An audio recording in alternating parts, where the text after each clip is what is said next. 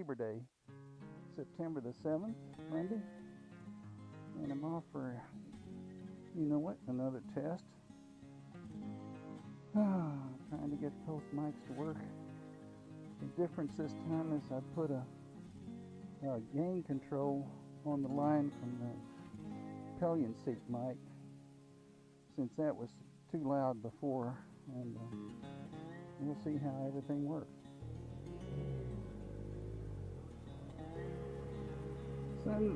Sunscreen down and the visor down to one finger.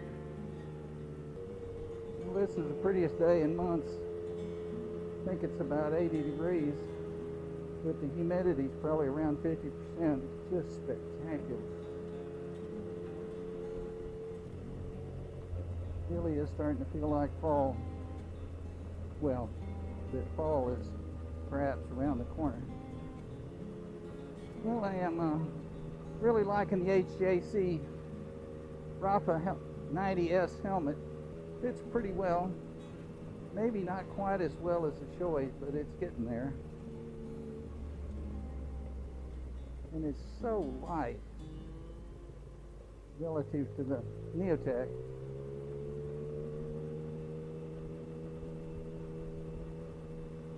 And I like the way the sun visor works. And the visor itself will stop in any detent and stay there, and the detents are very easy to get. There's none of this having to go by past it and then come back.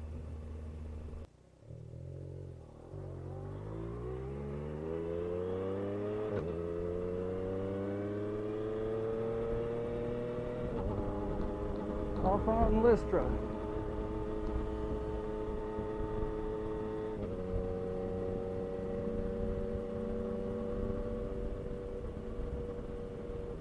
Well, it's the first time in a long time I've been out in the afternoon. Nowhere near a golden hour, but I still think the light's pretty nice. It's so crystal clear today.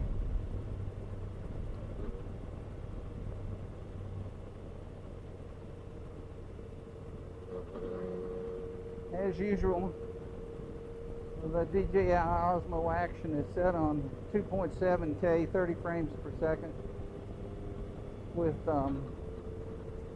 auto exposure and all that on, and rock steady. Every time I see that lost dog sign, I feel a little sad for the owners. It's just a puppy and they just got it. Taking it for a walk and something startled it, and it got away on the lead, and been looking for it ever since. It's been probably a week now, so I don't think there's much hope. Boy, the parking lot really is totally empty, all of the lots today. Would have been a good day to come do some parking lot drills. But my mind is on getting the darn audio part of the setup to work. The last time I tried it, I had something horribly wrong. It just sounded like an electrical short or something. Just nothing but noise. And I haven't been able to figure out exactly what caused it. Maybe something wasn't plugged in securely. Who knows? We'll see whether the same thing happens today. It doesn't happen when I'm in the garage. Boy, to be out at 1 or 2 in the afternoon and thinking about how wonderful it feels. It's been so damn hot in the last part of August this summer. You wouldn't even think of getting on a bike unless they're absolutely compelled to. Well, as usual, the feeds from the two mics are going into a connector that puts the separate channels into one channel. And although the output is stereo, it really is the same channel twice. And the reason for that is the mic is mono, and it's only going to pick up one channel anyway.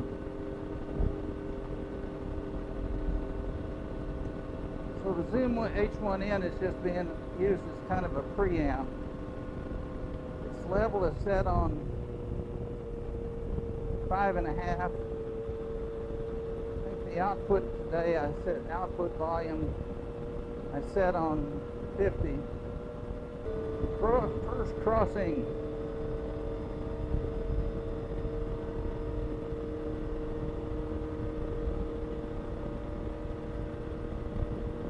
Little bit of a breeze today, not much. Water's not glassy, but it's kind of the next thing to it.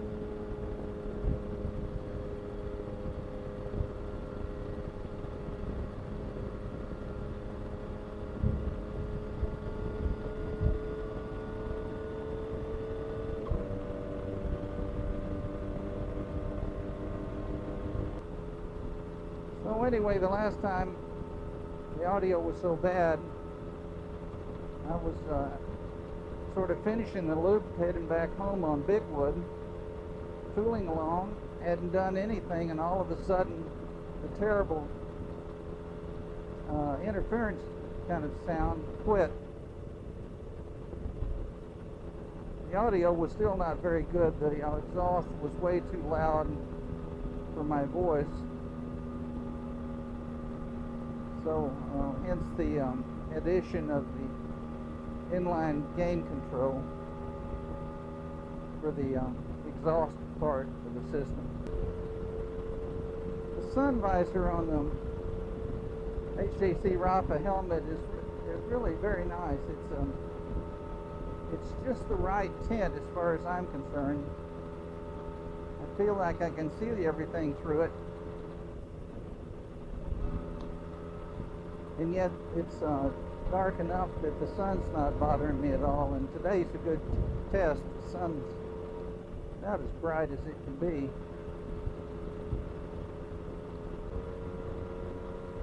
Coming up on the second crossing of Jordan. Wonder how much business Jordan's doing today. Labor Day, beautiful day.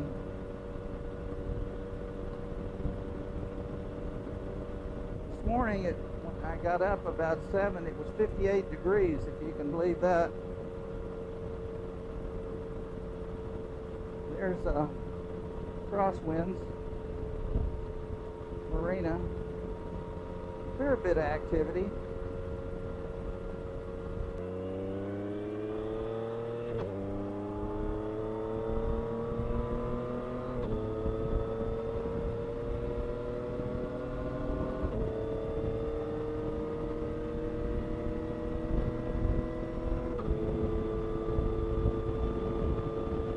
Well, it's right at 70 miles an hour. Closing the visor to city crack.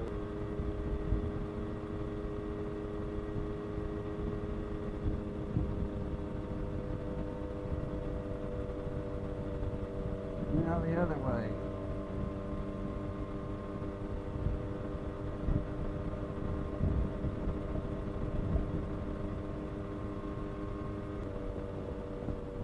This is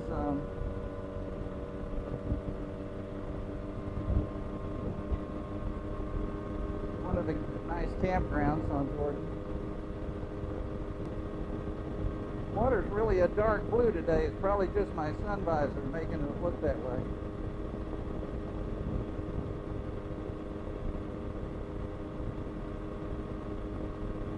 Now take a look at this intersection. There's absolutely no road going in either way. It's just bizarre to me that they're putting up a traffic light there. Must be a road as planned.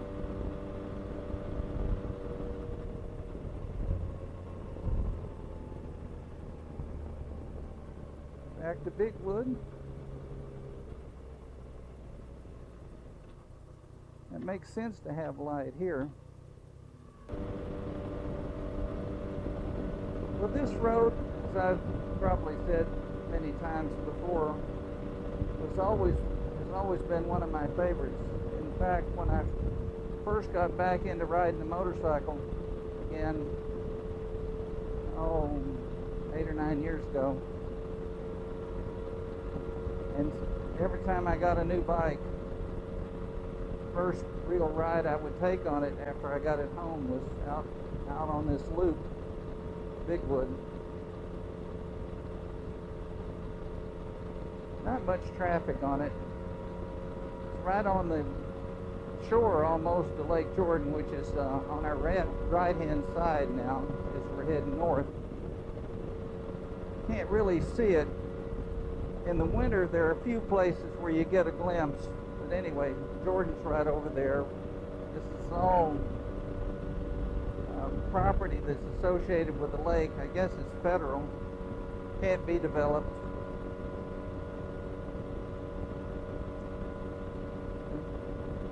Mix of vegetation is just beautiful.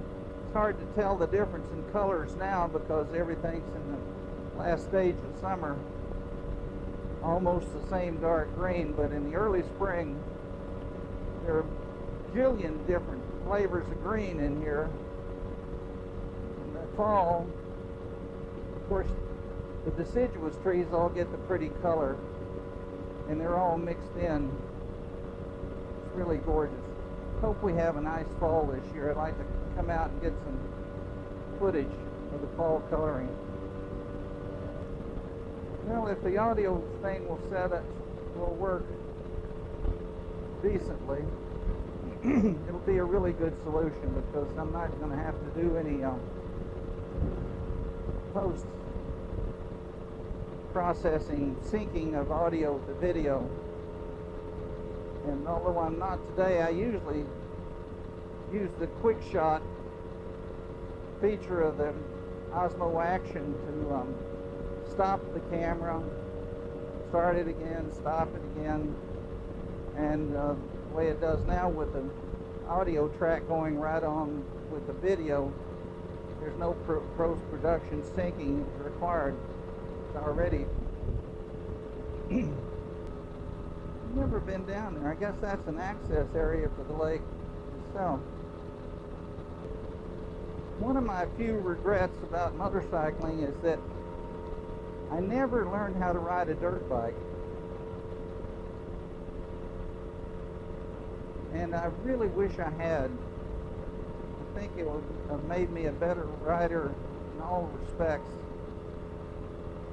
And it would have also, of course, meant I wouldn't be timid about going down gravel roads and such.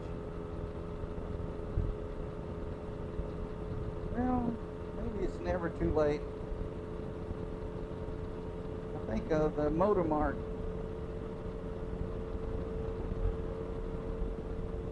place near here, Burlington, actually has a course in dirt bike riding, and they'll actually provide for a charge the bike for you to ride. Might be worth doing that, especially after the weather cools off in the fall. So the next event is to turn on to Jack Bennett. That's not too far ahead, a mile or so. Jack Bennett takes us back to Lystra, and the return on Lystra is just a mile or two back to the gate for home. I don't envy him going up that hill. Better man than me. Although not too long ago, 15 years maybe, I managed to get myself in good enough shape to take a road bike, bicycle, on this 20-mile loop that goes up the parkway from Bowling Rock to the Grandfather Mountain exit, and then back on 221 to Bowling Rock. I think it's 20-something miles, and probably 3,000 feet or more of vertical ascent. It took me a lot of attempts at doing that. I'd get a little further each time before I died. eventually I made it the whole way, and then I think I actually did that loop 2 or 3 times after that.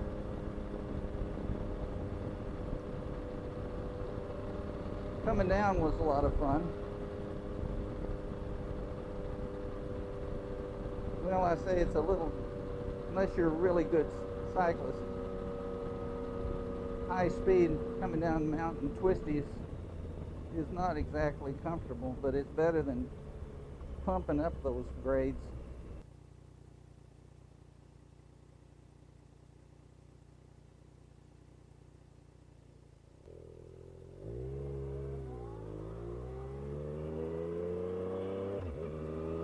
Look at that.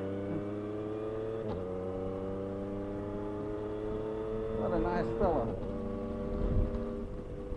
I'm not sure that showed in the frame, but the FedEx guy pulled up there to turn left and waved me to go first. I think that's the first time that's ever happened to me.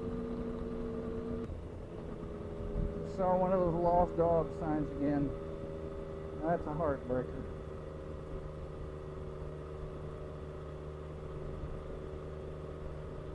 Had 2 Doberman pinchers in the last, I guess each one of them lived about 7 or 8 years before I lost them both to cancer. And each of these dogs was smarter than I am. Just amazing animals, and gentle.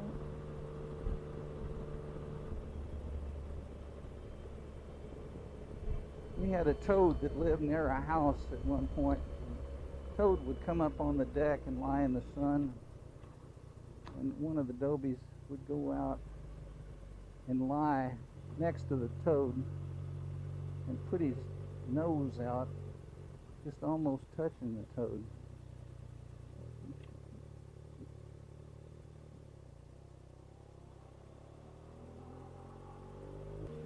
A lot of people have a very wrong idea about Dobermans being vicious, and only Nazi types owning them. Couldn't be further from the truth in either case. We had another big dog at the same time we had the first Dobie. This was a golden retriever, and everything you've heard about golden retrievers did not apply to this one.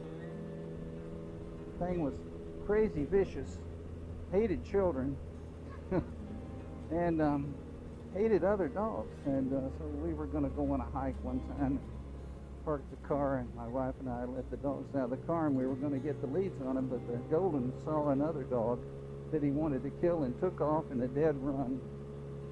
And the Dobie saw what was happening and took off in a dead run, which was about 3 times faster than the golden could run, and came along the side, and then like a linebacker just plowed into the side of the golden retriever and knocked it for about 8 loops, and then stood over it with a paw on its chest and very well conveyed the idea that this was not acceptable behavior. The golden was not to do that kind of thing. I could not believe it. Of course, we never trained the dog to do anything like this. This was just pure intelligence.